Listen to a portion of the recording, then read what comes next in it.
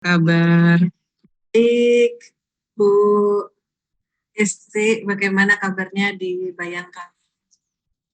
makin baik, makin keren. Makin cantik aja, makin cantik aja makanya. Ya itu tak terhindarkan. Siang Prof Tulus.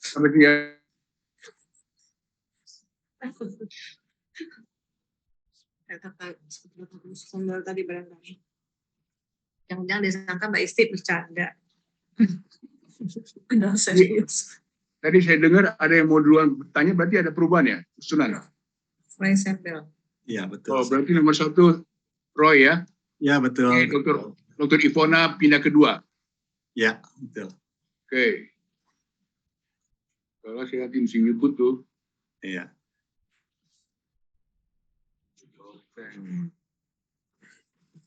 Berarti Ivon 2, Regina 3, Prof Roy masih 1. Iya ini gimana nih kalau memuternya tuh gimana ini? Di setting video kayaknya ada bagian mirror itunya jangan diklik Prof. Coba. Oh. Video setting, terus mirror of my videonya udah enggak klik. Udah enggak ya? Justru saya klik coba sekarang. Wow, tetap aja. Mirror videonya nggak diklik. Video. Gimana caranya? Apa yang membuat itu bisa jadi? Bisa mungkin foto juga nggak masalah lah. Ini udah terpaksa saya pakai foto aja nih ya, Ibu ya. Kalau penting kita percaya yang bicara tuh Roy. Masa saya mesti begini sih? Tidak ada penyusupan. Siap. Ntar yang ngeliat juga bingung. Ntar dikirain jadi-jadian lagi. Apa tuh yang kayak di kalau ujian masuk apa namanya itu pakai orang lain? Joki. Biar ada joki sini.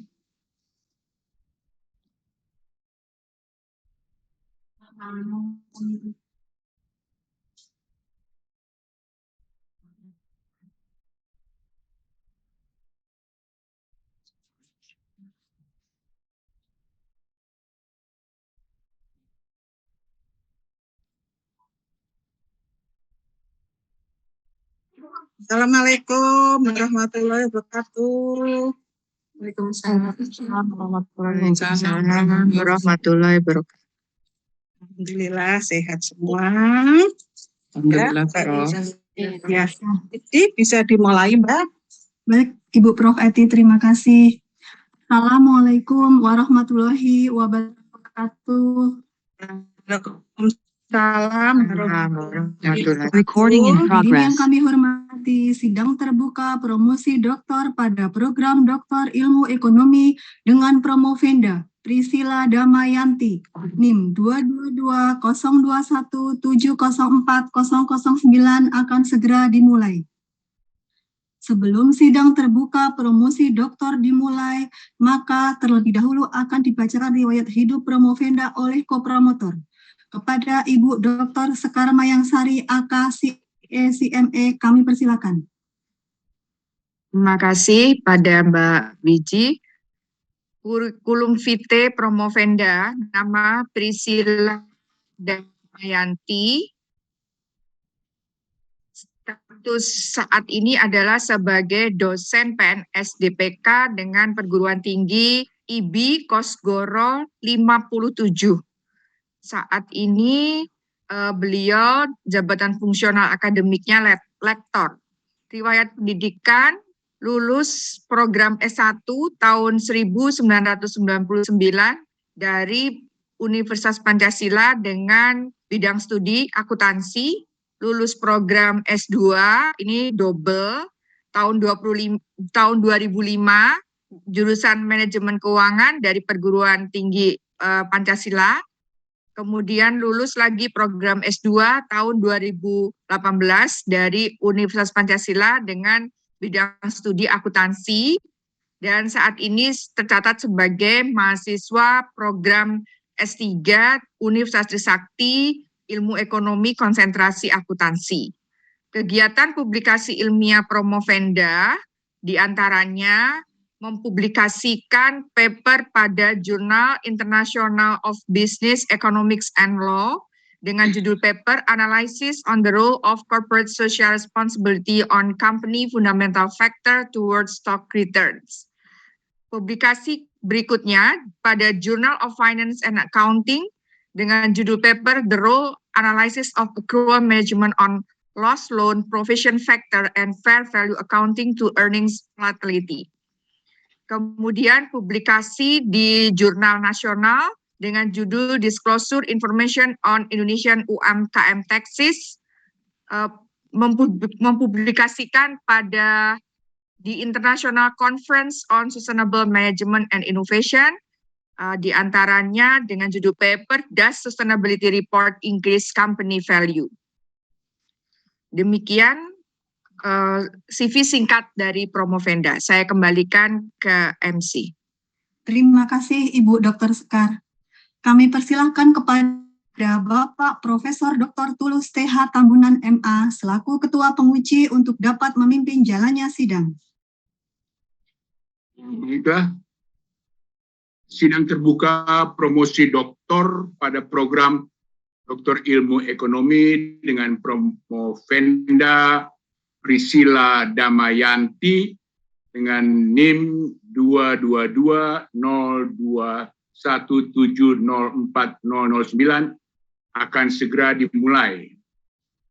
Priscilla Damayanti adalah mahasiswa program Doktor Ilmu Ekonomi, konsentrasi akuntansi angkatan 15 tahun 2017-2018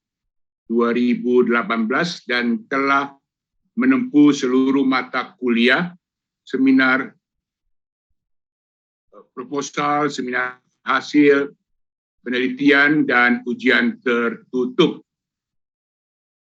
Untuk itu, sidang dengan agenda promosi doktor pada program Doktor Ilmu Ekonomi dengan ini saya buka. Saudara Promovenda Priscilla Damayanti, saya minta di hadapan sidang terbuka promosi doktor pada program Doktor Ilmu Ekonomi, saudara dapat mempertahankan disertasi saudara atau saudari terhadap pertanyaan dan sanggahan dari para penguji. Sebelum acara ini dimulai, apakah saudari Promovenda merasa sehat dan siap untuk diuji? Siap, Prof. Tulus. Oke, singkat. Silakan kepada saudari Promovenda untuk memaparkan disertasi saudara selama 15 menit, margin 5 menit. Baik. Ya, silakan.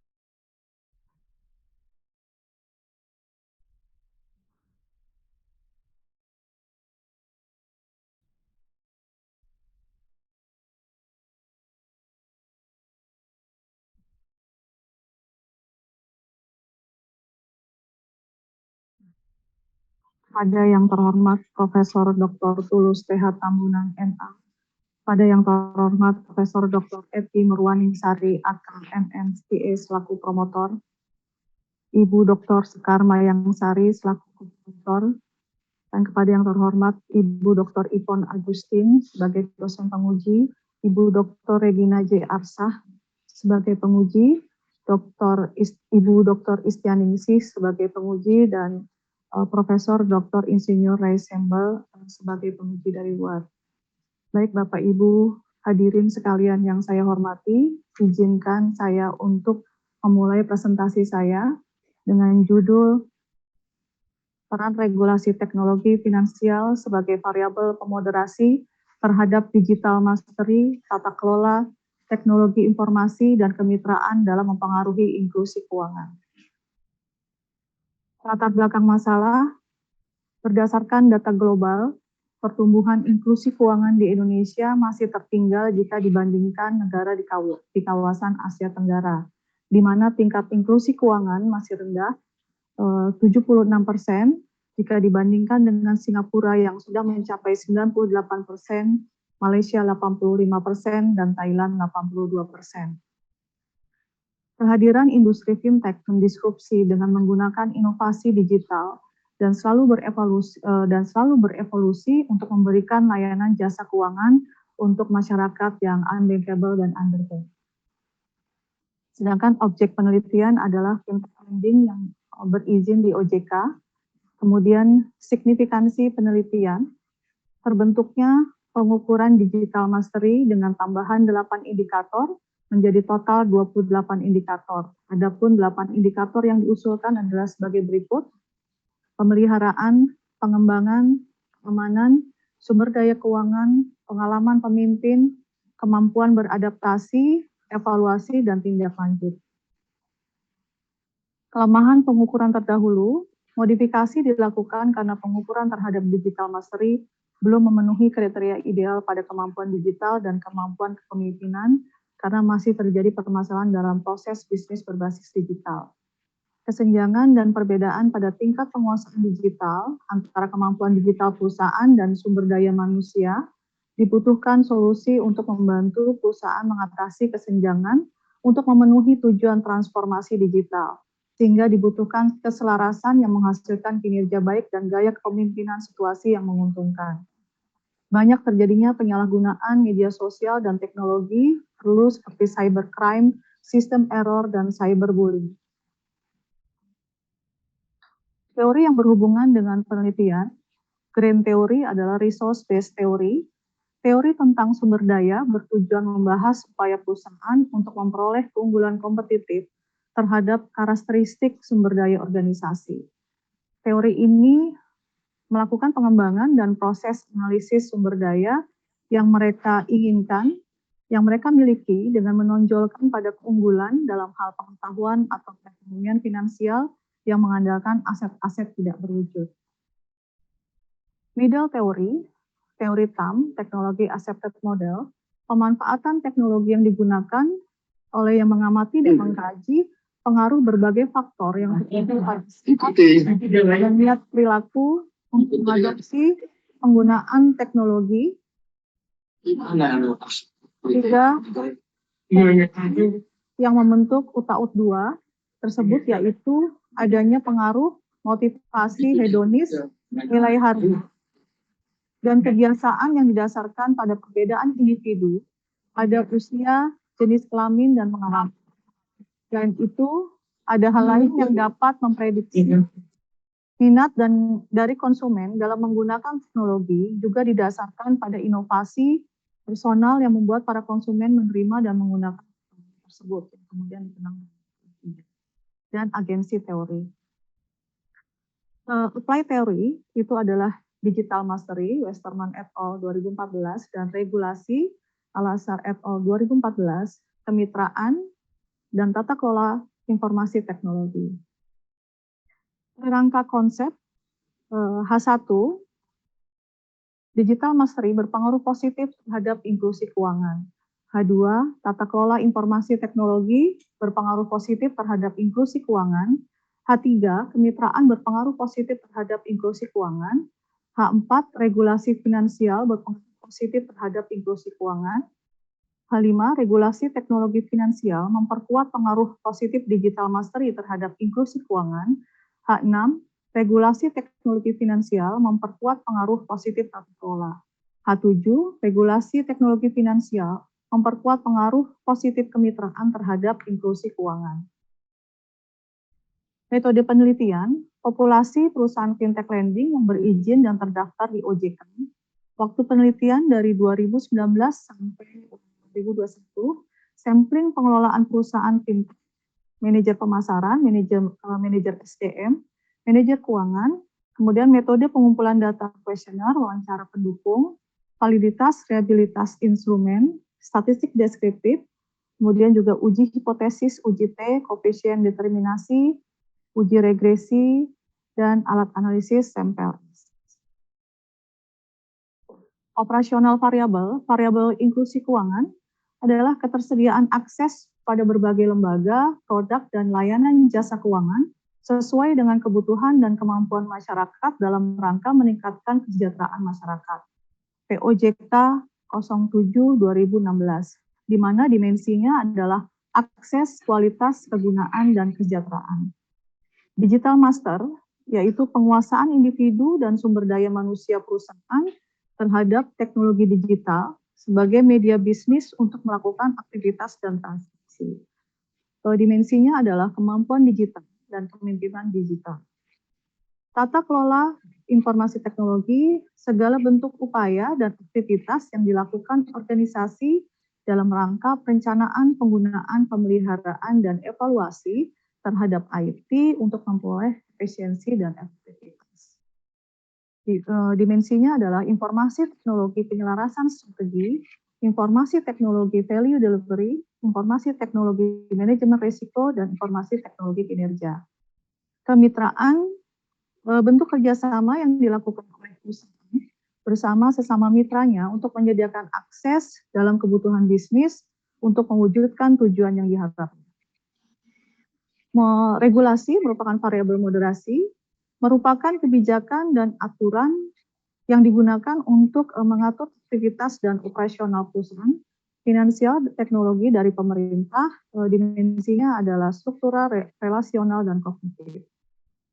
Hasil pengolahan data statistik, deskriptif, kemudian hasil penelitian, digital mastery berpengaruh positif signifikan terhadap inklusi keuangan. Tata kelola informasi teknologi tidak berpengaruh signifikan terhadap inklusi keuangan, kemitraan tidak berpengaruh signifikan terhadap inklusi keuangan, regulasi teknologi finansial berpengaruh positif dan signifikan terhadap inklusi keuangan, regulasi teknologi finansial tidak memperkuat pengaruh digital mastery terhadap inklusi keuangan, regulasi teknologi finansial tidak memperkuat pengaruh tata kelola teknologi informasi terhadap inklusi keuangan, regulasi teknologi finansial tidak memperkuat pengaruh kemitraan terhadap inklusi keuangan.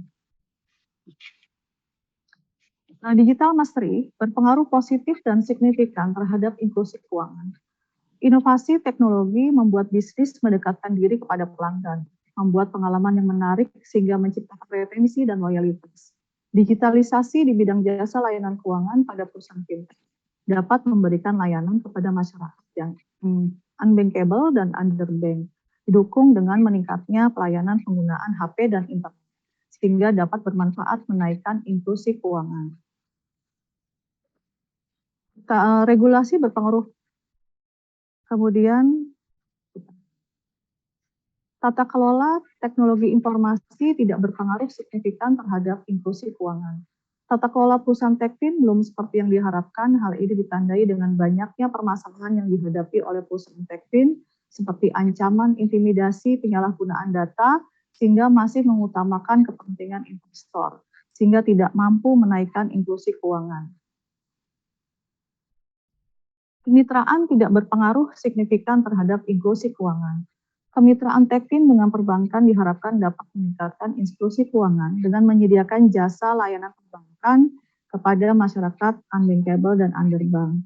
Tetapi munculnya perusahaan Techfin dengan inovasi digitalnya dikhawatirkan dapat menjadi pesaing bagi perbankan dan masih adanya kemitraan yang baru dibentuk dan baru berjalan sehingga kemitraan tidak berpengaruh terhadap inklusi keuangan.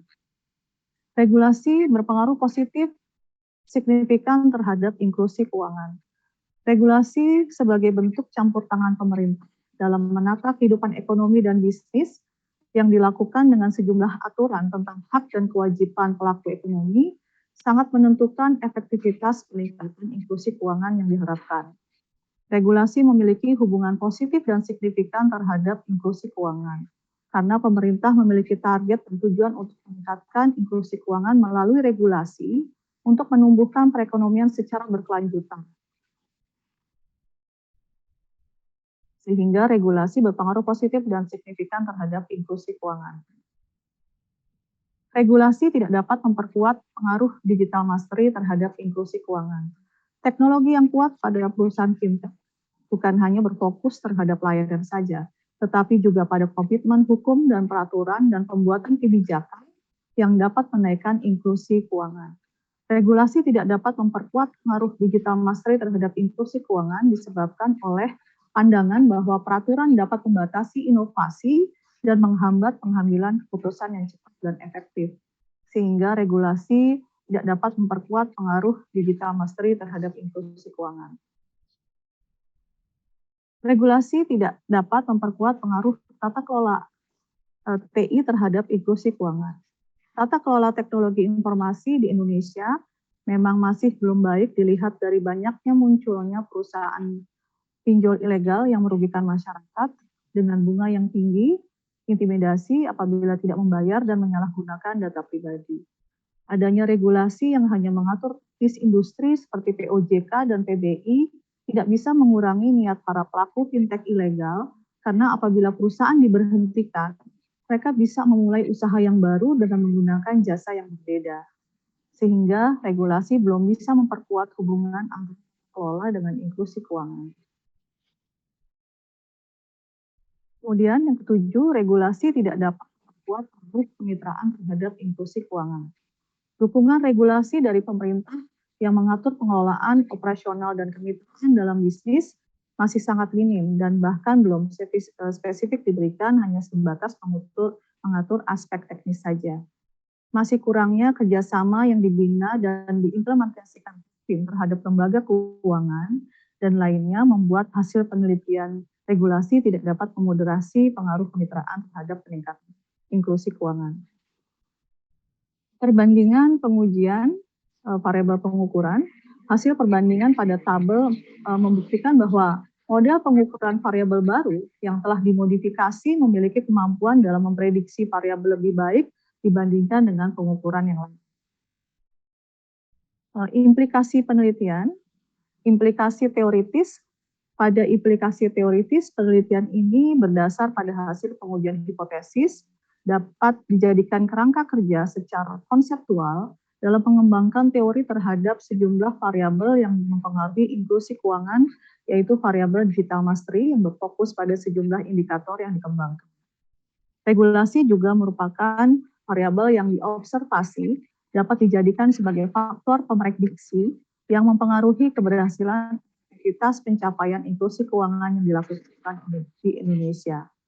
Implikasi praktis adalah variabel digital mastery dan regulasi dapat dijadikan sebagai kerangka konsep bagi perusahaan Techfin untuk meningkatkan kinerja keuangan berkelanjutan dan akan meningkatkan inklusi keuangan secara nasional. Dukungan pemerintah melalui penerapan regulasi yang mengatur praktik pada perusahaan Techfin memberikan tambahan sebagai faktor yang mempengaruhi keberhasilan dari inklusi keuangan nasional. Keterbatasan penelitian dengan basis data kuesioner. Dengan pengolahan data kuesioner yang diterima peneliti, tidak semuanya dapat diolah karena terdapat beberapa responden yang tidak mengisi jawabannya dengan benar. Kemudian, untuk menghindari permasalahan independensi terhadap jawaban, maka disarankan menggunakan populasi dan sampel yang lebih besar agar akurat dan berdaya banding. Perusahaan Techfin yang ada berfluktuatif jumlahnya, sehingga mempengaruhi data penelitian yang diperoleh dan terkumpul secara keseluruhan. Terima kasih, demikian presentasi saya, mohon dan masukan dan dari dosen penguji. Terima kasih, saya kembalikan kepada Profesor Dr. Tulus TH Tambunan. Ya, baiklah.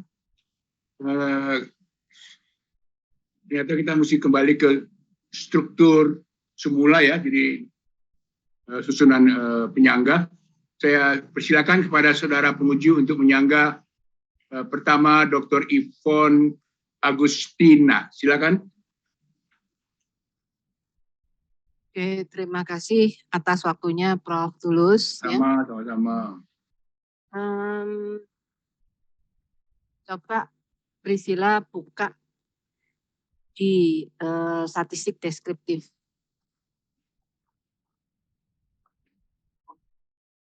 Ditunjukkan aja di PPT-nya. Tadi Ibu lihat sih.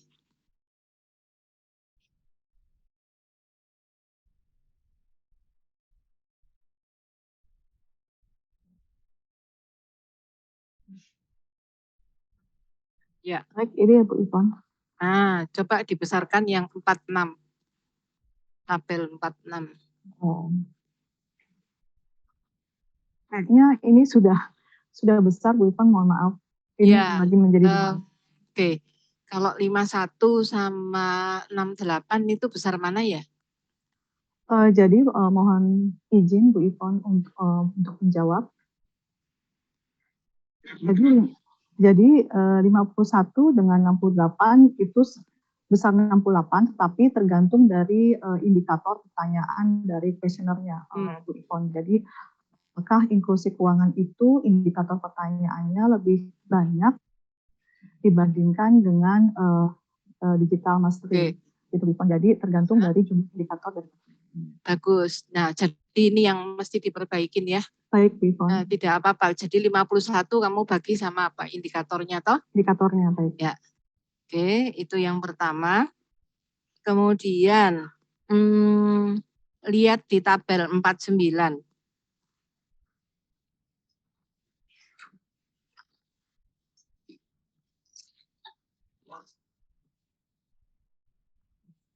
Oh.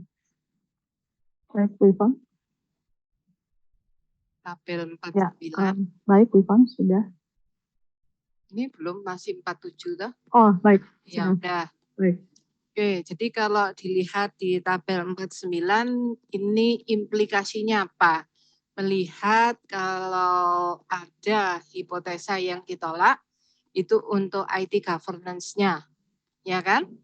Ya. Nah, betul. kalau kemudian yang kedua juga untuk KM, Ya. kemitraan.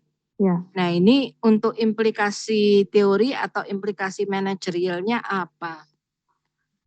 Jadi implikasinya Bu Ipon yang saya masukkan itu yang berpengaruh Bu Ipon. Jadi pada digital mastery dan regulasi. Kalau untuk IT government dan kemitraan karena tidak berpengaruh, mungkin dari IT government juga Bu Ipon, belum ada undang-undang khusus untuk mengatur teknologi Tekvin, untuk mengatur secara khusus Tekvin yang dikeluarkan oleh DPR. Jadi selama ini PBI dan OJK hanya mengatur peraturan yang mengatur teknis dan operasionalnya saja, Bu Ipon. Jadi ketika misalnya IT governance-nya mengalami kelemahan, misalnya banyak penyalahgunaan data, terjadi intimidasi, kemudian fintech ilegal itu ditutup, mereka bisa membuka lagi dengan nama fintech yang berbeda, gitu Bu Ipon. Karena memang belum ada aturan khusus undang-undang yang dikeluarkan oleh DPR untuk mengatur perusahaan Tekvin, begitu Bu Ipon. Betul. Jadi itu merupakan suatu weakness atau bukan? Oh ya, suatu masukan mungkin gitu Bu Ipon. Iya, jadi kan bisa itu untuk implikasi regulasi toh. Baik. Jadi apa namanya, meskipun itu ditolak, tapi itu merupakan suatu informasi, kontribusi buat penelitian ini, bahwa karena belum ada regulasinya ya otomatis buka tutup itu sedemikian mudahnya karena belum ada yang ngatur. Ya kan? Ya. Ya, jadi itu nanti ditambahkan. Baik. Jadi apa namanya, kontribusi saudara ini dan juga implikasi. Baik. Oke, kemudian yang berikutnya, yang ditolak lagi kan ITG tadi, ya. Ya, IT governance. Nah, kalau ITG-nya ditolak, menurut Priscilla, apakah bisa digital mastery itu hidup tanpa IT governance? Baik, digital mastery itu juga tidak bisa hidup tanpa IT governance, Bu Ipon. Memang IT governance itu mengatur sedemikian rupa sehingga bisa meningkatkan kepercayaan masyarakat terhadap dan legitimasi perusahaan teknologi finansial. Tanpa IT governance itu maka akan terjadi permasalahan-permasalahan seperti yang kita lihat belakangan ini, terjadinya fintech ilegal, kemudian penyalahgunaan data, intimidasi. Kalau tidak diatur sedemikian rupa, maka masyarakat tidak percaya lagi terhadap perusahaan Tekvin, sehingga nanti akan merusak ekosistem dari perusahaan Tekvin itu sendiri dan bisa menghambat juga inklusi keuangan. Jadi digital mastery tidak bisa berdiri sendiri tanpa IT governance gitu Bu Ivon. Oke. Nah, itu tolong ditambahkan ya. Baik. Karena dikatakan bahwa digital mastery itu sebaiknya embedded dengan IT governance toh. Ya. Nah, kalau itu belum dibahas mengenai embeddedness dari IT governance dengan digital mastery. Ya, jadi ditambahkan aja. Baik. Enggak apa-apa. Kemudian tadi lihat ya di dalam digital mastery itu ada 4 kuadran. Apa aja? Jadi kuadrannya itu ada beginners, ada konvensional, ada fashionita, dan ada digital mastery. Oke. Nah, itu digital mastery itu bisa dibagi 2 enggak? Di level organisasi dan di level individu. Nah, menurut referensi yang saya baca, itu ada referensi yang diterbitkan di jurnal. Itu bisa dibagi di level organisasi dan di individu. Nah, pengaruhnya apa itu?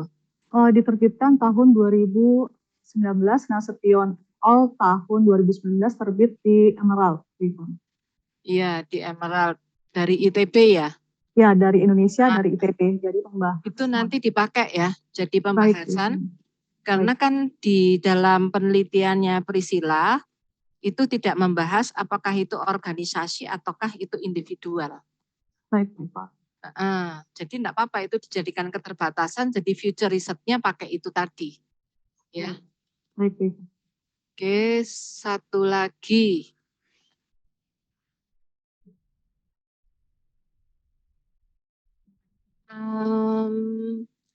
Instrumen kemitraan, biasanya kalau yang namanya mitra kerja itu ada unsur apa di dalamnya?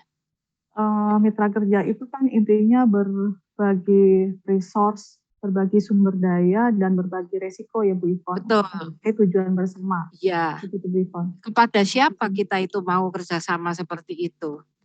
Pada mitra yang kita percaya Bu Ivon. Nah, ada trust ya. Baik. Betul. Nah, itu di dalam instrumennya kemitraan itu ada trust nggak? Belum ya Bu Ivon. Nah, ya sudah itu dianggap jadi kelemahan. Baik, itu yang menyebabkan kemitraan tidak bisa diterima toh? Iya, betul Bu Ivon. Ya. Karena mohon izin karena ada rasa tidak percaya, jadi bank juga merasa bahwa perusahaan fintech menjadi pesaing bagi perusahaan perbankan gitu. Jadi belum bisa diimplementasikan sesuai dengan harapan. Ya. Oke, jadi itu nanti ditambahkan biar disertasinya makin bagus ya. Baik, Bu Ivon. Mungkin itu aja pendapat dari Ibu. Semoga nanti bisa menjawab juga dari penguji-penguji yang lain. Saya kembalikan kepada Ketua Penguji Prof. Tulus Tambunan. Terima kasih Dr. Ivoni atas senggahannya. Berikut Dr. Regina. Saya persilakan. Baik, terima kasih Prof. Tulus sebagai Ketua Penguji. Selamat siang Bapak Ibu sekalian, selamat siang Ibu Promovenda, Saudara Promovenda. Siang Bu Regina. Saya ingin tanya tentang sebetulnya ingin Saudara Promovenda menyampaikan lebih jelas lagi kepada kami semua yang ada di sini. Kan ini hasilnya adalah digital marketingnya itu berpengaruh ya terhadap inklusi keuangan. Dan inklusi keuangannya sebetulnya sifatnya lebih partisipasi perusahaan terhadap inklusi keuangan sebetulnya ya. Karena kalau kita membaca inklusi keuangan di benak kita ada hal-hal yang makro seperti ya Bu Priscilla ya. Baik. Oke. Nah ini kami tolong dijelaskan hasil dari penelitian yang sangat menarik ini. Bagaimana kan dari digital mastery kalau saya lihat dari kebaruan yang diajukan oleh Saudara Promovenda itu adalah dari digital mastery kemampuan digital nomor 27-30 itu ada satu yang paling rendah ya, yaitu adalah keamanan transaksi ya. Kemudian ini apa namanya indikatornya, dimensinya kemampuan digital. Kemudian yang dari kepemimpinan digital yang paling tinggi itu adalah audit atau evaluasi rutin ya. Nah, ini mohon kami dijelaskan saja bagaimana kaitannya ini dengan apakah terdukung resource based theory yang Ibu Priscilla ajukan sebagai teori besarnya ya dari penelitian ini. karena ini menyangkut hasil yang bagus, kemudian juga tapi masih ada yang paling rendahnya yaitu ada keamanan transaksi, dan paling tingginya adalah evaluasi rutin. Boleh dijelaskan kepada kami, Ibu Priscilla? Baik, mohon izin Ibu Regina, saya akan menjawab dengan Ibu. Digital mastery terbagi menjadi dua, yaitu kepemimpinan digital dan kemampuan digital dan kepemimpinan sehingga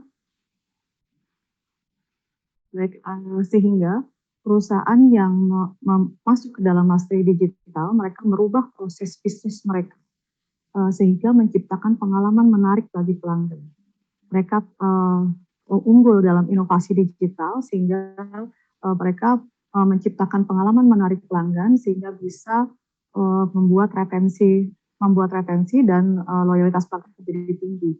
Jadi hal itu berpengaruh positif terhadap inklusi keuangan, di mana mastery digital ini juga didukung dengan akses internet yang semakin besar. Di data tahun 2022 itu akses internet mencapai 75% dan penetrasi penggunaan handphone itu di tahun 2022 itu mencapai angka 70%.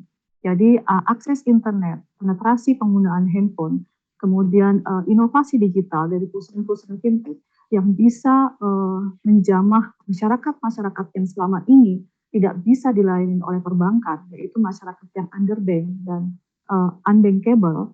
Kemudian dengan mastery digital itu juga meniadakan batasan-batasan antara pelayanan jasa keuangan di kota dengan di desa, sehingga hal ini bisa memperkuat dari memperkuat inklusi keuangan. Kemudian kalau dilihat dari keamanan yang rendah, memang masih banyak Bu Regina hal-hal yang terjadi di sekitar kita.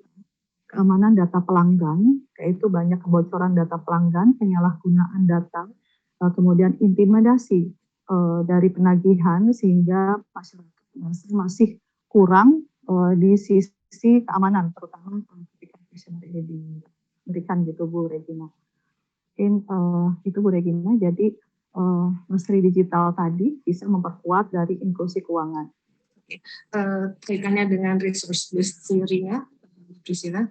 Baik, jadi di dalam resource based theory itu adalah teori tentang keunggulan kompetitif suatu perusahaan menggunakan sumber daya yang di dalam perusahaan, baik sumber daya yang tetap maupun sumber daya yang intangible atau tidak.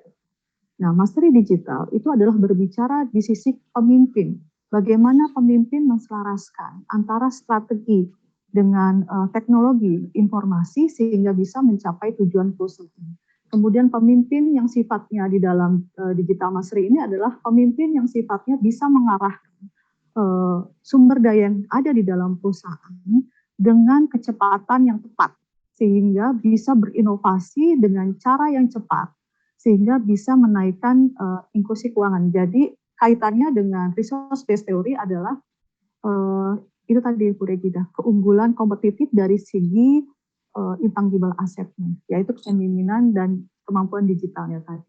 Baik, mungkin semua yang Ibu Priscilla uraikan bisa ditambahkan di uraian di diskusi. Baik. Karena ini masuk yang baik sekali ya, ini hasilnya ya untuk digital mastery.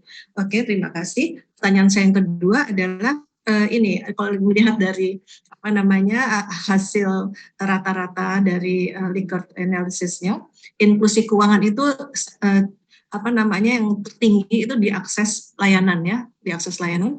Namun yang terendah ini ada yang menarik, kegunaan untuk masyarakat, yaitu pedesaan dan minoritas. Boleh kami juga mendapatkan kedalaman dari hasil penelitian Ibu Priscilla. Kami sangat tertarik untuk mendengar itu. Baik, mohon izin Bu Regina untuk menjawab. Jadi inklusi keuangan yang saya pergunakan itu dari POJK, itu tentang akses jasa layanan keuangan masyarakat terhadap akses masyarakat terhadap jasa layanan keuangan sehingga bisa meningkatkan kesejahteraan masyarakat. Sehingga akses ini bisa tinggi karena itu tadi inovasi digital, perusahaan TechFin ini adalah perusahaan startup yang kondisinya juga tidak terlalu besar kalau dibandingkan dengan perbankan yang satu cabang utama Bank BUMN itu bisa karyawannya 350, tetapi di startup fintech itu kisaran sampai hanya 50 dan 100 sehingga mereka kecil, tapi mereka juga lebih lincah dalam berinovasi karena kalau di perbankan itu full regulated, kalau di fintech tidak terlalu full regulated. Kemudian perusahaan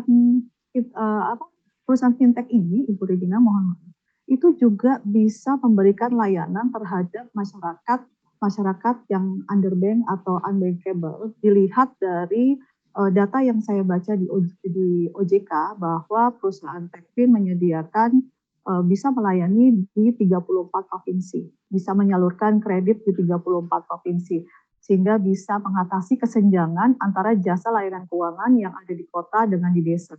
Karena hanya berbasis teknologi, sehingga masyarakat itu hanya mengandalkan handphone dan internet. Mereka bisa mengakses jasa layanan keuangan yang disediakan oleh perusahaan Techfin. Begitu Bu Regina, itu sehingga aksesnya tinggi. Kemudian kegunaannya itu masih rendah. Jadi kalau dilihat dari data, bahwa hampir sekitar 80% para pelaku UMKM belum mendapatkan bantuan modal dari lembaga keuangan, sehingga ini merupakan opportunity atau peluang fintech untuk masuk ke dalam UMKM sehingga bisa meningkatkan inklusi keuangan. Nah, kegunaan ini Bu Regina kenapa mungkin rendah? Sehingga kalau menurut saya bisa juga perusahaan fintech memberikan edukasi berupa literasi keuangan sehingga masyarakat di pedesaan bisa menentukan produk keuangan mana yang cocok bagi mereka untuk mereka gunakan sehingga bisa meningkatkan perekonomian mereka dan pada intinya adalah bisa mensejahterakan mereka seperti jargon dari inklusi keuangan. Yaitu inklusi keuangan bisa meningkatkan kesejahteraan, kemudian mengurangi kemiskinan dan mengurangi pengangguran dan ada kesetaraan dari pendapatan. Mungkin itu Bu Regina kenapa kegunaannya rendah, mungkin juga bisa dari Techfin memberikan edukasi literasi tentang jasa layanan keuangan yang tepat buat mereka. Karena kalau saya baca di data OJK bahwa itu masih sekitar 80% itu dana masih terserap di Pulau Jawa. Jadi di 6 provinsi yang ada di Pulau Jawa, kemudian sisanya 28 baru di luar Pulau Jawa. Mungkin itu penjelasan dari saya. Ya, jadi peluang untuk luar Jawa sebetulnya luar biasa. Kemudian memang tampaknya kegunaannya terendah itu di masyarakat diasumsikan bahwa yang sulit akses mungkin masyarakat dan yang minoritas di sini maksudnya boleh dijelaskan? Minoritas itu masyarakat yang belum tersentuh dengan layanan jasa keuangan perbankan gitu. Jasa layanan keuangan yang formal gitu Bu Regina, yang terpinggirkan. Oke, karena belum tentu semuanya masyarakat pedesaan ya. Kalau pedesaan kita juga di kota banyak Bu Regina. Ya, baik. Satu lagi pertanyaan saya adalah tentang IT governance. Memang secara statistik tidak terkonfirm ya hipotesisnya. Saya ingin mendapatkan penjelasan dari saudara Pramovenda dari IT governance itu untuk dimensinya, penyelarasan strategi, kemudian indikatornya pengalaman pakar itu mendapat nilai tertinggi ya. Jadi dari IT governance. Kemudian yang terendah itu adalah dari kinerja IT dengan indikator biaya tenaga kerja IT yang rendah. Jadi tampaknya diakui oleh perusahaan IT bahwa pengalaman pakar luar cukup baik ya, tinggi sekali. Mereka ini. Namun biaya tenaga kerja IT-nya ini rendah. Ini yang sangat menarik kami semua tentunya. Boleh dijelaskan lagi, Ibu? Baik, untuk biaya tenaga kerja IT memang IT ini tenaga kerja yang memang sangat dibutuhkan pada saat ini, Bu Regina, karena sekarang adalah era disrupsi, era digital, di mana semuanya juga terganggu dengan era digital, termasuk juga akuntansi yang arahnya juga akan mengarah ke digital, tidak hanya menjadi bookkeeper gitu Bu Regina. Jadi tetapi memang biaya tenaga kerja itu mungkin belum seperti yang diharapkan gitu karena keterbatasan antara supply dan demand gitu banyak. kemudian juga supply-nya penawarannya juga masih terbatas gitu Bu Regina, sehingga hasilnya rendah. Kalau untuk pengalaman pakar itu hasilnya tinggi, mungkin itu Bu Regina. Ya, yang ingin kami dapatkan adalah hasil dari penelitian ini, bahwa pengalaman pakar memang diakui, namun diberi balas jasa yang belum. Ini bagaimana? Tapi kabarnya sangat disruptif dalam hal penggajian ya. Mereka mengacaukan semua tatanan penggajian quote unquote yang kita tahu. Silakan Bu Priscilla. Baik, dari juga izin Bu Regina untuk menjawab. Karena fintech itu juga perusahaan startup Bu Regina, jadi yang kita lihat bahwa perkembangan fintech itu semakin lama semakin menurun yang terdaftar di OJK. Pada saat saya melakukan studi pada tahun 2019 itu ada 165 perusahaan yang terdaftar dan izin di OJK. Tetapi semakin menurun, kemudian 125, kemudian 111, dan posisi pada awal Januari itu di 103 perusahaan yang terdaftar dan sekarang sudah menjadi 102. Jadi perusahaan startup yang memang kematangan maturity-nya itu memang belum dalam posisi yang matang gitu Bu Regina, karena sangat kompetitif tadi itu Bu Regina. Sehingga mereka harus comply terhadap aturan yang mereka juga banyak tidak siap, sehingga banyak yang tereliminasi tidak masuk ke dalam OJK gitu Bu Regina. Di samping tentunya keadaan ekonomi pada saat COVID ini, Prof. Tulus yang musuhnya ahli sekali. Baik, terima kasih Saudara Prof. Untuk itu. Terima kasih Bu Regina. Regina, berikut saya silakan Dr. Istianingsi.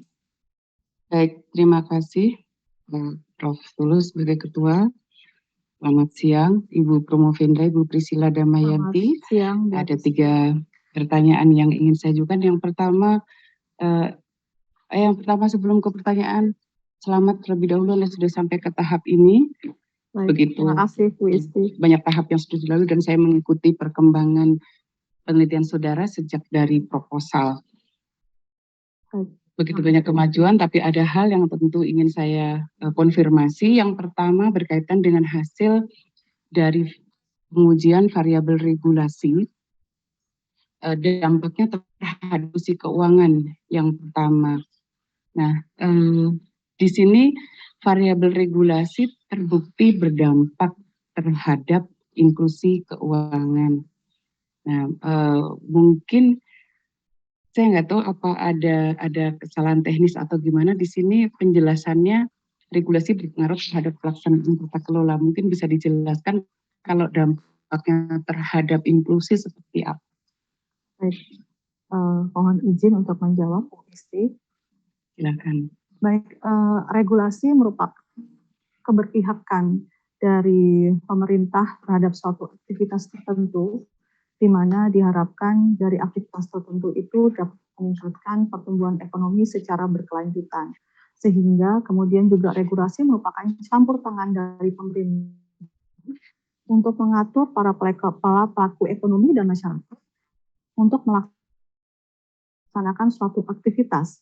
Sehingga di sisi lain, pemerintah juga mempunyai kepentingan terhadap inklusi keuangan, karena dengan terjadinya inklusi keuangan dipercaya bahwa bisa menumbuhkan perekonomian dan menaikkan tingkat kesejahteraan masyarakat, mengurangi pengangguran dan mengurangi tingkat kemiskinan, sehingga pemerintah mempunyai kepentingan terhadap regulasi yang mengatur perusahaan teknologi, perusahaan techfin tersebut, sehingga bisa menaikkan inklusi keuangan. Begitu Bu Isti penjelasan saya. Terima kasih jawabannya, mungkin nanti bisa sedikit direvisi ya untuk diskusi mengenai pengaruh regulasi terhadap inklusi keuangan, karena isinya kalau di sini saya baca masih terhadap tata kelola. Gitu. Kemudian yang kedua, Anda menyampaikan di keterbatasan hasil dan memberikan saran. Tadi keterbatasan hasil yang Ibu Dr. Ivon sudah sampaikan, saya sepakat untuk memberikan kontribusi bagi regulator karena berkaitan dengan variabel tadi. Regulasi ini berdampak positif terhadap inklusi keuangan, tetapi tidak mampu memoderasi 3 variabel yang diajukan, yaitu digital mastery, IT governance, dan kemitraan terhadap inklusi keuangan. Nah, kemudian Anda menyampaikan bahwa penelitian selanjutnya ini diharapkan menggunakan variabel alternatif lain nih sebagai pemoderasi. Kira-kira variabel apa yang ingin Anda sarankan secara realnya kepada future research? Baik, Bu Isti. Terkait dengan regulasi tidak bisa moderasi pengaruh variabel dependen terhadap inklusi keuangan. Mungkin untuk future research-nya, saya menyarankan nanti akan saya perbaiki, Bu Isti, nanti saya masukkan variabel yang tepat untuk dimasukkan untuk future research-nya, Bu Isti. Nanti boleh diberikan contoh variabel lainnya itu misalnya yang bisa memoderasi dampak dari digital mastery, IT governance, dan kemitraan terhadap inklusi keuangan. Ya. Baik, Bu Isti. Oke, pertanyaan ketiga terakhir. Saya cuma based on yang Anda tulis saja rekomendasi untuk future research. Karena kan local research ini sudah selesai, sudah sangat baik. Anda menyampaikan bahwa penelitian selanjutnya harusnya tidak hanya fokus pada teknik P2P. Nah, bisa diberikan gambaran mungkin alternatif teknik selain P2P yang harusnya dilakukan oleh penelitian selanjutnya ketika ingin merefer dari hasil penelitian saudara. Baik, terima kasih Bu Isti izin untuk menjawab. Jadi penelitian saya fokus di fintech lending atau peer-to-peer lending, tapi untuk yang lainnya mungkin juga bisa penelitian tentang fintech payment, karena memang yang fintech yang besar itu yang pertama adalah fintech peer-to-peer lending, itu menduduki sekitar hampir 50% itu transaksi dari perusahaan fintech, kemudian diikuti juga dengan fintech payment yang diatur oleh PBI. Kalau untuk fintech lending itu diatur oleh OJK. Mungkin bisa diganti dengan fintech payment yang diatur oleh BI. Saya memilih fintech lending karena memang terdaftar, jadi populasinya sudah jelas yang terdaftar. Jadi memang bukan untuk keseluruhan dari fintech. Nah, nanti untuk fintech payment itu juga terdaftar di BI gitu. Mungkin itu dari rekomendasi saya. Ya, baik, terima kasih Saudara Promofinda. Saya cukup dan saya kembalikan sebagai kepada Prof. Tulus selaku Ketua Sidang. Terima kasih. Terima kasih Dr. Istianingsih. Sekarang terakhir ke penguji tamu, Profesor Roy Sembel. Silakan.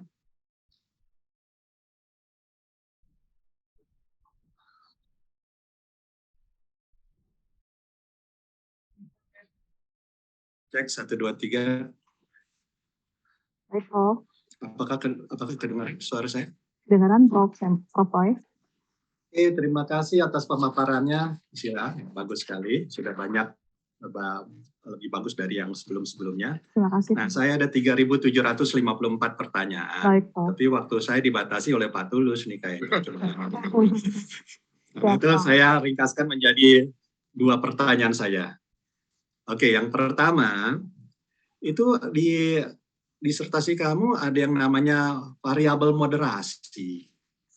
Dan variabelnya namanya regulasi. Ya. Bisakah Anda jelaskan apa yang dimaksud dengan moderasi itu? Dan kenapa variabel regulasi teknologi finansial bisa menjadi variabel yang moderasi? Itu dulu yang pertama. Baik. Silakan dijawab. Baik, Prof. Jadi variabel moderasi adalah variabel yang menguatkan.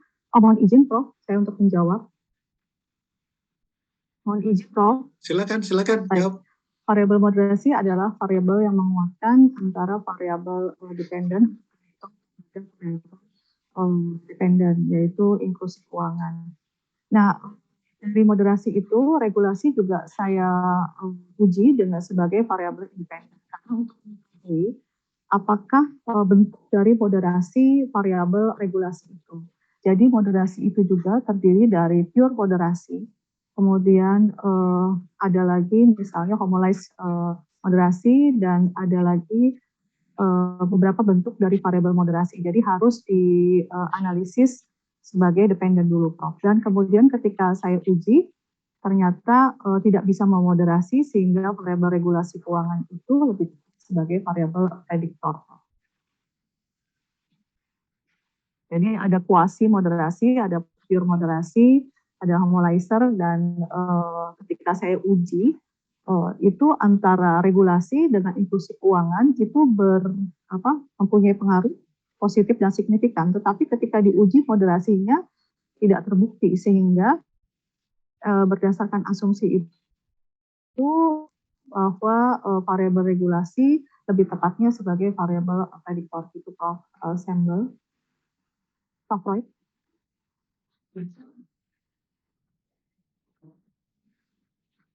Profesor Roy. Oh, masih untuk. Oke, bagus sekali jawabannya. Nah, pertanyaan saya yang kedua. Nah, kalau Anda nanti dinyatakan lulus, wah Anda jadi doktor nih ya, yang gelar yang tertinggi yang diberikan oleh universitas melalui jenjang pendidikan. Tapi kalau bicara tentang levelnya doktor, riset-risetnya yang nasional dan global, penghargaan tertinggi terhadap riset yang bagus-bagus di bidang ekonomi ada tuh namanya Nobel Ekonomi. Ya. Pertanyaan saya, karena sekarang Anda sudah levelnya tinggi risetnya, tahukah Anda siapa pemenang Nobel Ekonomi, dan Nobel Ekonomi ya bukan perdamaian atau kimia, yang karyanya sangat terkait erat dengan karyanya Anda? Silakan. Baik, terima kasih Pak. Jawab. Jadi saya pernah membaca terkait dengan publikasi yang mendapat Nobel, yaitu Paul Romer, yaitu tahun 2018 terkait dengan inovasi digital terhadap pertumbuhan ekonomi jangka panjang, sehingga terkenal dengan teori endogennya, yaitu teori endogen terkait dengan inovasi digital dapat meningkatkan pertumbuhan ekonomi dalam jangka panjang, di mana teori pertumbuhan endogen itu adalah kemampuan internal suatu negara, yaitu sumber daya, kemudian teknologi, kemudian juga aset berwujud dan tidak berwujud gitu kok. Untuk digunakan dieksploitasi itu adalah teori endogen. Gitu, Prof. Jadi terkenal dengan Paul Romer dengan teori endogen, yaitu inovasi bisa menaikkan pertumbuhan ekonomi dalam jangka panjang yang dibuktikan dengan teori matematisnya, teknis matematisnya, gitu, Prof. Jadi tidak dugaan saja, tapi ada teori matematis, gitu, Prof. Jadi oke, bagus sekali ya. Itu meskipun masih ada banyak sekali yang tentang regulasi dan lain-lainnya. Nanti coba dilihat lagi. Dan untuk riset-riset selanjutnya, nanti kan banyak riset lanjutannya tuh ya, yang bisa digunakan sebagai referensi yang levelnya level bagus ya. Ya sebenarnya masih ada 3.580 pertanyaan, tapi nanti aja lah, karena ini waktunya memang dibatasi untuk hari ini. Nanti kalau udah dinyatakan lulus, belum tentu lulus loh hari ini ya. Ya betul ya. Nanti baru kita ketemuannya ke kopi darat langsung, rame-rame dengan penguji yang lain. Nah, itu bisa diskusi yang 3.874 pertanyaan. Baik, saya kembalikan kepada Prof. Tulus. Terima kasih. Anyway, congratulations, Priscilla. Nah, ada satu hal yang menarik dari Promovenda ini, saya ikutin tadi. Banyak pertanyaan sebelum dijawab selalu diawali dengan kata mohon izin. Saya rasa izin sudah diberikan sejak awal ya. Ini bisa ujian kan? Siapa? Tapi ya ini tanda sangat sopan ya mungkin ya. Oke lah. Sekarang ke co-promotor Saudari Dr. Sekar Mayangsari. Ya, terima kasih Prof. Tulus atas kesempatannya. Sebelumnya saya mengucapkan selamat kepada Bu Priscilla dan juga keluarga, termasuk dengan institusi ya tempat Bu Priscilla saat ini mengajar, yaitu Institut Bisnis dan Informatika Kosgoro 57. Ya, mudah-mudahan tadi Prof. Roy sudah sampaikan, mudah-mudahan lulus ya. Sama, saya juga sebagai co-promotor juga berharap mudah-mudahan lulus setelah sekian lama dan sekian banyak proses yang dilalui ya sampai dengan hari ini ya. Terima kasih juga atas segala macam masukan dari tim penguji, mulai dari Ibu Dr. Ivon, Ibu Dr. Regina, Ibu Dr. Istianingsih, kemudian Bapak Profesor Roy Sembel. Ya. Semua masukannya bagus ya Bu Priscilla, semoga bisa diakomodir untuk bisa meningkatkan kualitas dari disertasi ini. Nah, Bu Priscilla, ini kalau terbuka itu kan tidak perlu yang berat-berat ya, yang berat-berat sudah lewat di proposal, di hasil. Bu Priscilla dihabisi juga di tertutup ya. Kalau yang berat, yang terbuka ini lebih ke bagaimana Bu Priscilla bisa menyampaikan disertasi Bu Priscilla yang kompleks dan komprehensif ini dengan kalimat yang sederhana. Karena saya yakin di sini ada 89 partisipan yang hadir di ruang Zoom dan mengikuti proses sidang terbuka. Tentu saja ingin sekali memahami kan, ada putra-putri Bu Priscilla pasti juga ikut juga kan. Demikian juga orang tua gitu kan. Kalau dengan kata-kata yang sederhana sebetulnya Bu Priscilla ini meneliti apa sih ya? Apa dari tadi fintech lah, apa techfin gitu ya.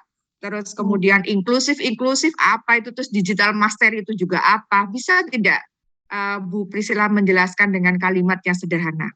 Kata orang, sesungguhnya orang yang pandai itu bisa menjelaskan sesuatu yang kompleks dengan kalimat yang sederhana.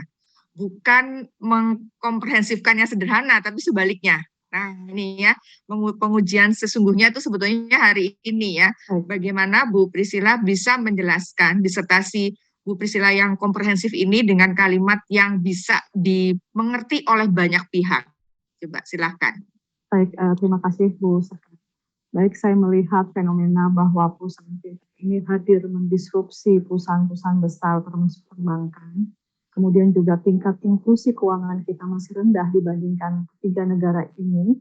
Kemudian juga saya melihat permasalahan yang ada di perusahaan fintech, yaitu permasalahan tadi seperti misalnya bocornya data pelanggan, intimidasi, kemudian bunga yang tinggi. Nah, saya ingin melihat bagaimana ini mempengaruhi inklusi keuangan. Jadi saya ingin melihat dari sisi kemampuan fintech, kenapa dia bisa berhasil memberikan layanan kepada masyarakat yang belum tersentuh jasa keuangan secara formal. Kemudian dari sisi Sri Digital. Kemudian saya juga ingin melihat bagaimana fintech yang menjadi permasalahan pada saat ini, yang sering dikeluhkan banyaknya fintech ilegal, banyaknya kebocoran data, banyaknya intimidasi, banyaknya misalnya bunga tinggi. Nah, saya ingin melihat dari tata kelolanya. Kemudian juga saya melihat bahwa fintech itu bisa memberikan jasa layanan kepada masyarakat tidak tersentuh oleh lembaga jasa yang formal.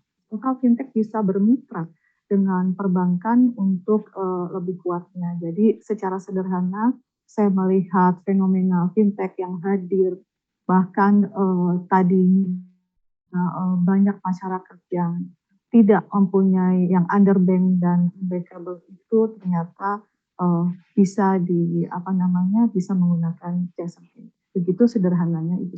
Ya, mudah-mudahan bisa dipahami ya bahwa Bu Priscilla ini concern terhadap inklusivitas. Inklusivitas itu artinya bagaimana masyarakat Indonesia ini bisa mengakses semua jasa perbankan. Sebetulnya kan ada juga masyarakat kita yang masih alergi ya dengan bank, apalagi dengan fintech ya.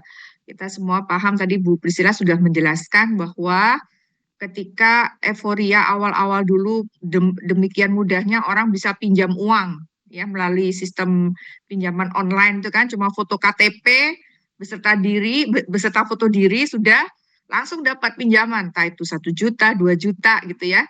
Tapi terjadi kehebohan ketika kemudian yang dipinjami uang itu tidak bisa membayar atau terlambat membayar ya. Semua orang dihubungi, entah juga bisa tahu dari mana teleponnya Bu Prisil ya atau dari teman-temannya juga ya, sehingga kemudian terjadilah tadi yang disampaikan oleh Bu Priscilla. Meskipun dari hasil disertasinya ini belum semuanya ya yang terdukung ya.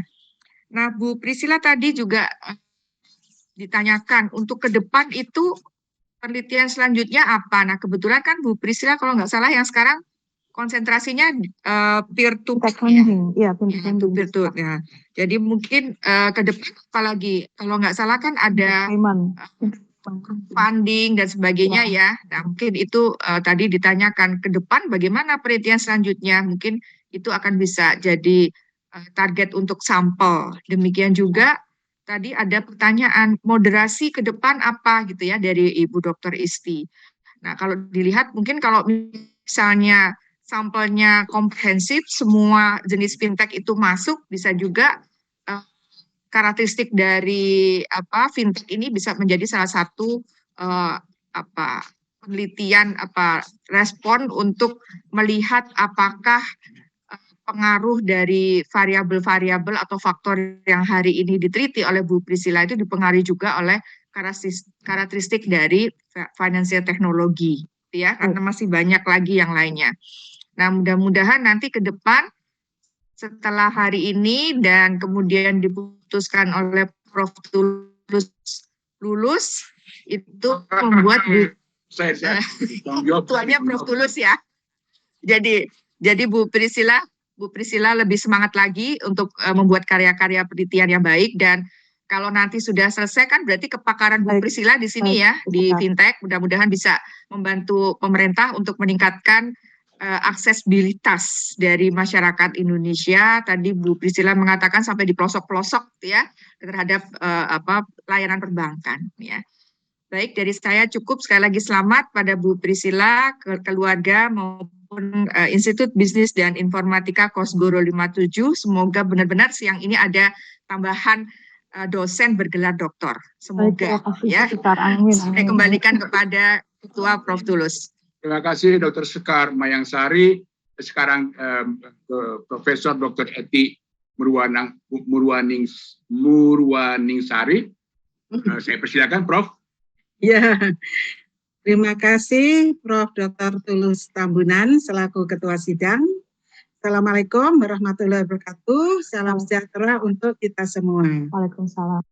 Pertama-tama tentunya untuk Promovenda ya, Bu Priscilla Damayanti ya, selamat ya dan sukses. Nah, setelah melalui beberapa tahapan yang undang ya, ini di sini dicapai dalam waktu 5 tahun.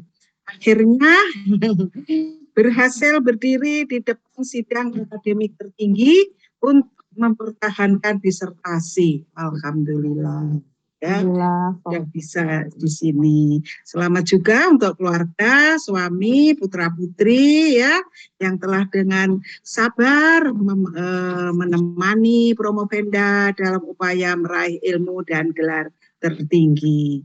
Nah, juga selamat pada Institut IBI Kosgoro 57. Semoga hari ini ada tambahan SDM yang bergelar doktor. Amin. Sebelumnya mungkin saya akan perkenalkan Promovenda. Itu adalah mahasiswi yang mempunyai semangat luar biasa ya. Semangatnya besar ya untuk mencapai kesuksesan ya. Dan ini saya paham karena Bu Priscilla ini adalah seorang ibu ya yang memiliki semangat besar tadi, dan terbukti ya putrinya itu bisa menerobos ya ke global ya. Baik, terima kasih Prof. Contoh dari ibunya ya. Nah, kemudian juga disiplin ya, pun ya di tengah-tengah kesibukan kampus dan keluarga ya, membimbing putrinya yang bisa sukses ya. Tetap memiliki tanggung jawab yang tinggi ya. Kemudian juga yang saya tahu pantang menyerah ya, walaupun tenang begini tapi menghanyutkan ini Bu Priscilla ini ya. Terima kasih Prof. Tenang, low profile serta santun, tapi sebetulnya membara ini dalam hatinya ya. Ya, sekali lagi saya bangga dengan prestasi Bu Priscilla. Baik, terima kasih. Semoga ya bisa lulus ya sesuai harapan. Nah, untuk itu mohon masukan-masukan dari para penguji tadi diterima sebagai penyempurnaan ya. Hubungan hal itu saya ucapkan terima kasih tentunya kepada penguji pertama Ibu Dr. Ivan Agustin, Ibu Dr. Regina, kemudian Ibu Dr. Istianingsih ya, kemudian Prof.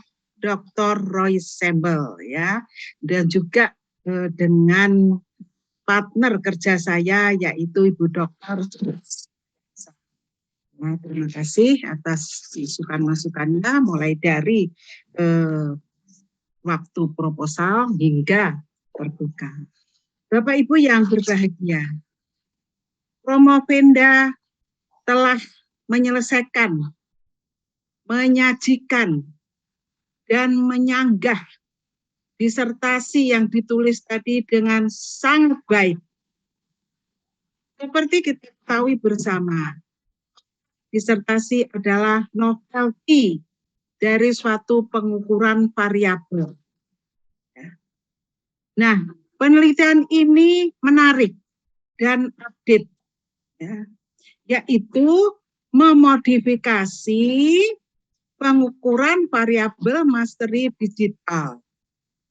Nah, di sini yang itu Bu Priscilia itu sangat dengan susah payah ya mencari apa sih novelty-nya. Nah, di sini bisa menambahkan ya dari 2 dimensi. Yang pertama adalah kemampuan digital yang terdiri 10 indikator, itu bisa ditambahkan dengan indikator. Nah, yaitu pemeliharaan, pengembangan, keamanan, dan dukungan keuangan. Sehingga jumlah indikatornya sebanyak 14. Kemudian dimensi kedua yaitu kepemimpinan, semula 10 indikator, ditambahkan 4 juga, yaitu pengalaman pemimpin, kemampuan beradaptasi, evaluasi, dan tindak lanjut. Itu adalah suatu poin yang sangat diperlukan. Ya. Nah, penelitian ini memang masih perlu pengembangan. Ya. Karena ada pepatah, tiada gading, kesempurnaan hanya milik Allah Subhanahu wa Ta'ala semata. Semoga penelitian ini bermanfaat dan bisa diimplementasikan. Ini yang penting, seperti tadi masukan dari para penguji ya, implementasinya. Ya, akhir kata, ya, saya ucapkan sukses selalu untuk Promovenda dan semoga hari ini mendapatkan hasil yang terbaik. Terima kasih, Prof. Sekian, terima kasih. Wassalamualaikum warahmatullahi wabarakatuh. Saya kembalikan ke Prof. Tulus. Terima kasih Profesor Eti Murwaningsari. Bersama dengan Dr. Mayang Sari di atas, jadi saya juga sama Sari-Sari. Waktu bagi para penyangga untuk mengajukan pertanyaan telah selesai. Sidang ditunda 5 menit untuk pengumpulan nilai penguji. Untuk itu sidang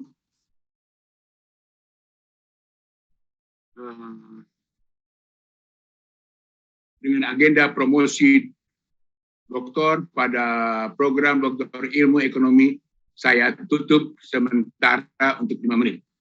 Kembali ke Master of Ceremony.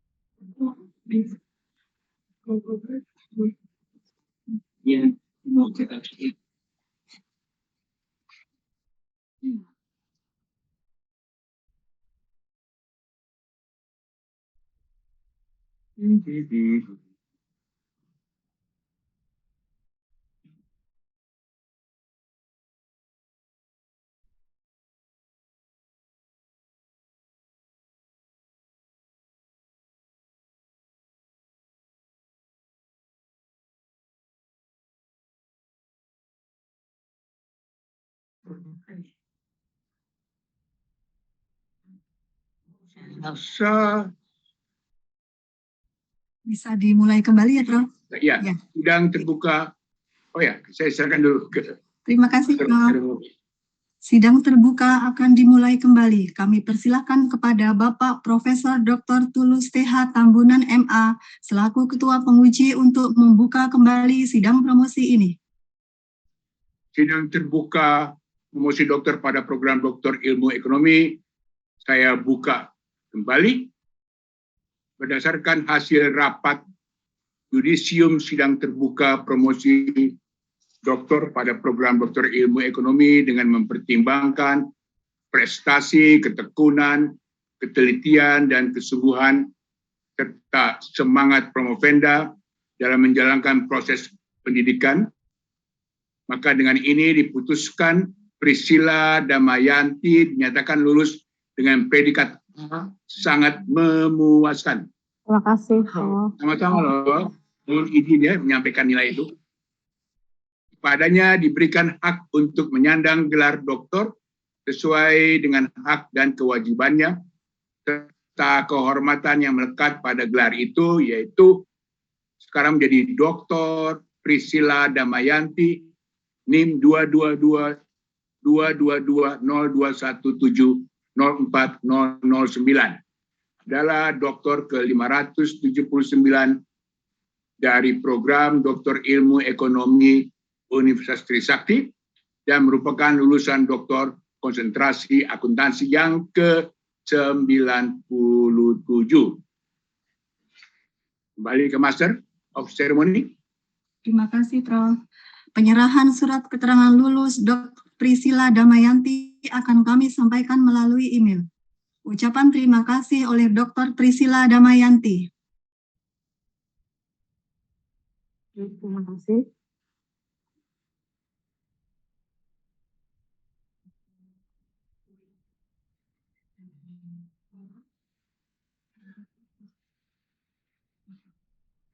Mohon maaf, saya sudah terlihat, Mbak Gigi. Sudah. Ya, baik. Izinkan saya untuk membacakan testimoni untuk promotor dan kopromotor saya. Memahat dinding hati. Hari ini saya merasakan banyak hal yang harus saya tekuni. Harus saya setingkat harus seorang ibu. Tegas sang ibu takkan ragu berteriak, kau harus lahir. Penuh ketegasan dan kasih sayang, sampai akhirnya tak terhitung butuh perjuangan melahirkan individu baru. Inilah mini alegori tentang ibu intelektual saya, yang telah mengantarkan diri saya, memaksa saya naik ke lipatan mantra yang berbeda. Izinkan saya memahat kosakata ibu intelektual saya, Ibu Profesor Eti Murwaningsari. Terima kasih atas segalanya. Ya, semangat dan sukses terus ya. Terima kasih, Prof. Terima kasih. Izinkan saya membacakan testimoni untuk kopom saya, Ibu Sekar Mayangsari yang saya kenal. Detail, rinci, teliti, itulah etos akuntansi. Telaten, kompeten, konsisten, itulah etos Ibu. Bulat kotak panah seakan terus berdaur ulang. Semula saya mengira hal itu profan belaka. Kini saya tak henti-hentinya kagum. Ternyata Ibu menggambarkan petunjuk arah yang kini mengantarkan saya pada titik pencapaian. Diri saya yang tidak lagi menjadi sama dengan diri sebelumnya. Bulat mengajari saya bagaimana mengkuantifikasikan fenomena. Kotak menuntun saya bagaimana membingkai filosofi semesta. Panah mengarahkan saya bagaimana memahami kausalitas realitas. Kini saya menjadi mampu melihat finalisasi daur ulang itu, sebuah titik termulia pada diri manusia, diri terpelajar dalam sahaja. Terima kasih atas semuanya, Ibu Dr. Sekar Mayangsari. Bagus. Baik, izinkan saya untuk mengucapkan terima kasih kepada yang terhormat Rektor Universitas Trisakti, Profesor Dr. Insinyur Kadarsah Suryadi, Ibu Dr. Yolanda Masmita MNsir, selaku Dekan Fakultas Ekonomi dan Bisnis Universitas Trisakti, Bapak Profesor Dr. Tulus Tambunan selaku Ketua Program Doktor Ilmu Ekonomi Universitas Trisakti yang memberikan kesempatan penulis melanjutkan studi dan menjadi bagian dari sivitas akademika Program Doktor Ilmu Ekonomi Konsentrasi Akuntansi. Yang berikutnya, terima kasih kepada Profesor Dr. Eti Murwaningsari selaku Ketua Doktor Ilmu Ekonomi Konsentrasi Akuntansi dan juga sebagai promotor yang senantiasa memberikan semangat, arahan, bimbingan, dan kemudahan selama penulis menjalankan studi dan menyelesaikan disertasi dengan penuh kesabaran. Berikutnya, terima kasih kepada Kopom saya, Ibu Sekar Mayangsari, AKMSICE sebagai kopromotor dengan kemurahan hati, kebaikan, dan ketulusan, membimbing penulis dengan meluangkan waktu, memberikan yang terbaik dalam menyusun disertasi ini, memberikan poin-poin strategis yang sangat penting. Terima kasih kepada Bapak Profesor Dr. Tulus Tambunan sebagai Ketua Penguji. Terima kasih kepada yang terhormat Ibu Dr. Ivon Agustin dan Profesor Dr. Insinyur Roy Sembel selaku dosen penguji atas masukannya yang detail dan tajam sehingga menyempurnakan disertasi saya. Terima kasih kepada Ibu Regina dan Ibu Dr. Regina dan Ibu Dr. Istianingsih yang dengan kelembutan hati dan kesabaran memberikan masukan dan perbaikan yang detail dan rinci terus-menerus dari sidang hasil sampai sekarang, sehingga menjadikan disertasi saya kompleks dan lebih baik. Bapak dan Ibu para dosen program ilmu ekonomi konsentrasi akuntansi yang mengajar dan memberikan pengetahuan dengan membimbing serta mengajarkan selama penulis menuntut ilmu pada program dengan pengetahuan yang diberikan sangat luar biasa. Kemudian saya mengucapkan terima kasih kepada kedua orang tua saya, Bapak Haji Budi Santoso almarhum, yang telah berpulang ke rahmatullah di saat penulis menyelesaikan studi ini, dan merupakan kesedihan yang sangat mendalam bagi penulis, sehingga almarhum tidak sempat menyaksikan keberhasilan penulis menyelesaikan studi. Semoga Bapak bahagia di tempat terindahnya. Dan Ibu Hajah Hami Supatmi, Ibu yang selalu menyayangi dan selalu membantu dan mengingatkan agar penulis segera mungkin menyelesaikan studi. Semoga pencapaian ini menjadi kebanggaan untuk Bapak dan Ibu saya.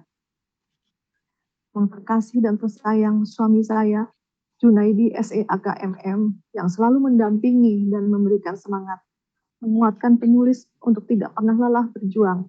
Dari waktu penulis membuat skripsi tahun 97, membuat tesis tahun 2002, dan tahun 2017, dan sampai pada hari ini penulis menyelesaikan penyusunan disertasi. Anak-anakku tersayang, Salva Juli Aurelia, yang insya Allah pada bulan Agustus akan berangkat kuliah ke Kanada, mendapatkan beasiswa dari pemerintah, dan Raka Jaki Pradana yang masih SMP. Terima kasih atas dukungan kalian kepada Mama untuk meraih cita-cita dan menuntut ilmu. Semoga Mama dapat memberikan contoh tentang keteguhan hati dan perjuangan yang tidak pernah lelah untuk menggapai cita-cita. Saya mengucapkan terima kasih kepada Yayasan Universitas Kosgoro 1957, Bapak Dr. Rambe Kamarul Zaman, Bapak Samsul Bahri, MSc/MM, Bapak Insinyur Anton Nangoy, MBA, selaku Ketua Yayasan dan pengurus Yayasan yang memberikan motivasi kepada penulis. Saya juga mengucapkan terima kasih kepada Rektor Bapak Dr. Haswan Yunas, MSI, selaku Rektor Kosgoro 57, serta pimpinan dan pejabat yang memberikan kepercayaan dan dukungan bagi penulis untuk mengemban studi lanjut pada program doktor ini, yang tidak bisa saya sebutkan satu persatu tanpa mengurangi rasa hormat saya.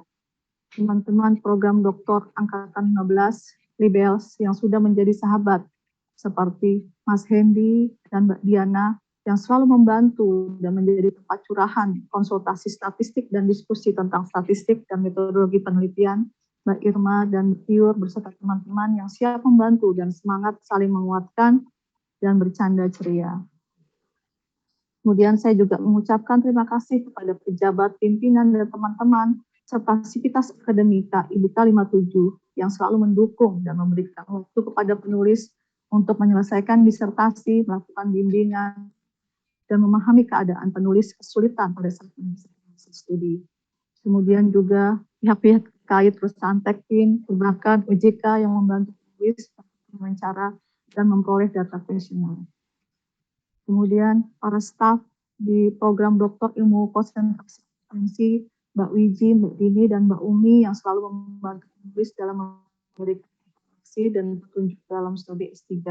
Terima kasih kepada Bapak Ibu hadirin yang hadir pada hari ini, yang tanpa mengurangi rasa hormat saya karena tidak dapat menyebutkan nama satu-satu. Akhir kata, penulis menyadari bahwa disertasi ini masih jauh dari kesempurnaan dan penyajian serta kelemahan penulis. Kritik dan saran yang membangun sangat diharapkan. Terima kasih. Saya Priscila Damayanti, saya kembalikan ke MC. Terima kasih Ibu Dr. Priscila. Hadirin kami hormati sidang terbuka promosi program Doktor Ilmu Ekonomi dengan Promovenda Dr. Priscila Damayanti NIM 2220217040009 telah selesai. Kami mohon kepada Bapak Profesor Dr. Tulus TH Tambunan MA selaku Ketua Penguji untuk menutup jalannya sidang. Terima kasih seremoni. Pertama, kenakan saya mengucapkan sekali lagi selamat ya kepada Dr. Ibu Priscila Damayanti. Semoga sukses dan selalu menulis ya, jangan berhenti karena banyak orang berhenti di doktor. Bukan ya. Dan juga kepada penguji dalam maupun tamu. Pertama Dr. Ivoni Agustina, Dr. Regina, Dr. Istianingsi, dan tamu kita Profesor Roy Sembel. Terima kasih atas kesediaan kalian semua untuk acara ini. Maka dengan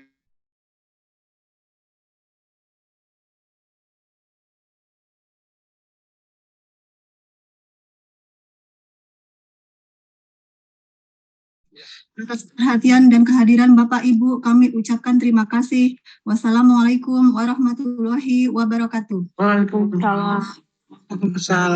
Selamat ya. Terima kasih.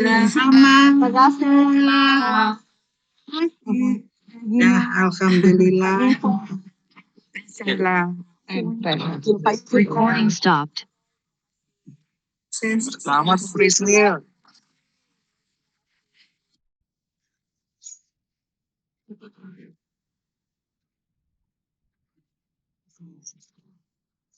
Congratulations.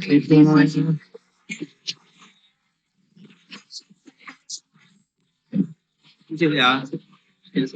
Priscil, sukses. Selamat Bu Priscil, sukses selalu Bu. Selamat Bu Priscil. Selamat ya Mbak Priscil. Mohon pamit. Yuk, pamit. Selamat. Terima kasih.